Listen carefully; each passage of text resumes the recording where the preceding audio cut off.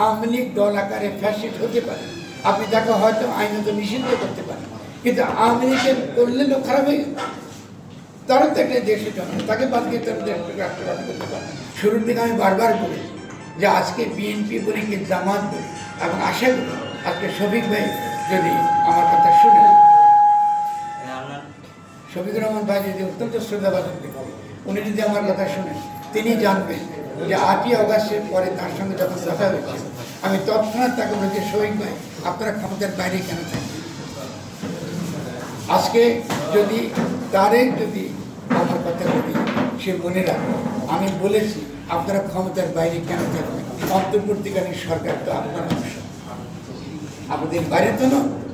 আসেন আমরা একটা গঠনতন্ত্র প্রণয়ন করি দেশের মানুষের জন্য, সকলে যেটা গ্রহণ করে।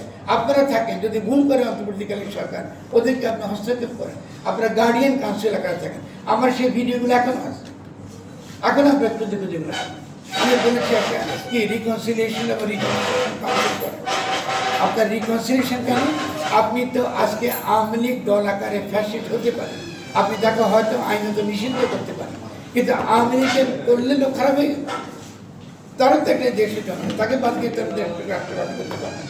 যদি তার চান তাহলে একটা রিকনসিলিয়েশন লাগবে না, তার সঙ্গে একটা কথাবার্তা বলার জায়গা তো আপনার লাগবে, কোথায় ভুল হয়েছে লাগবে না।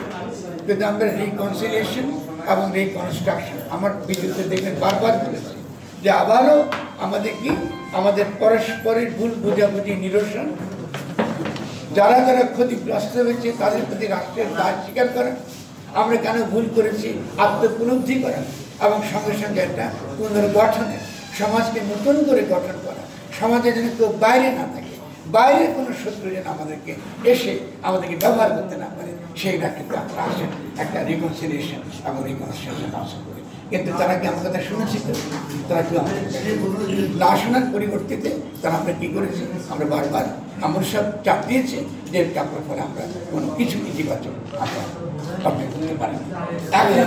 আমার 8 থেকে 2 প্রশ্ন, আজকে আমরা 8 নম্বর শিখে নেব, এরপর আপনার হাতে করার সময় আপনি কি এগুলো করতে পারবেন না? আমরা কি আবার 50 বছর ধরে এই লড়াই করবো, জীবন দেবো, রক্ত দেবো? এটা তো হতে পারে। তো আমি মনে করি যে আমি আমার যে অবস্থানটা এটা আমি আপনাদের কাছে আমি হাজির করলাম, পেশ করলাম।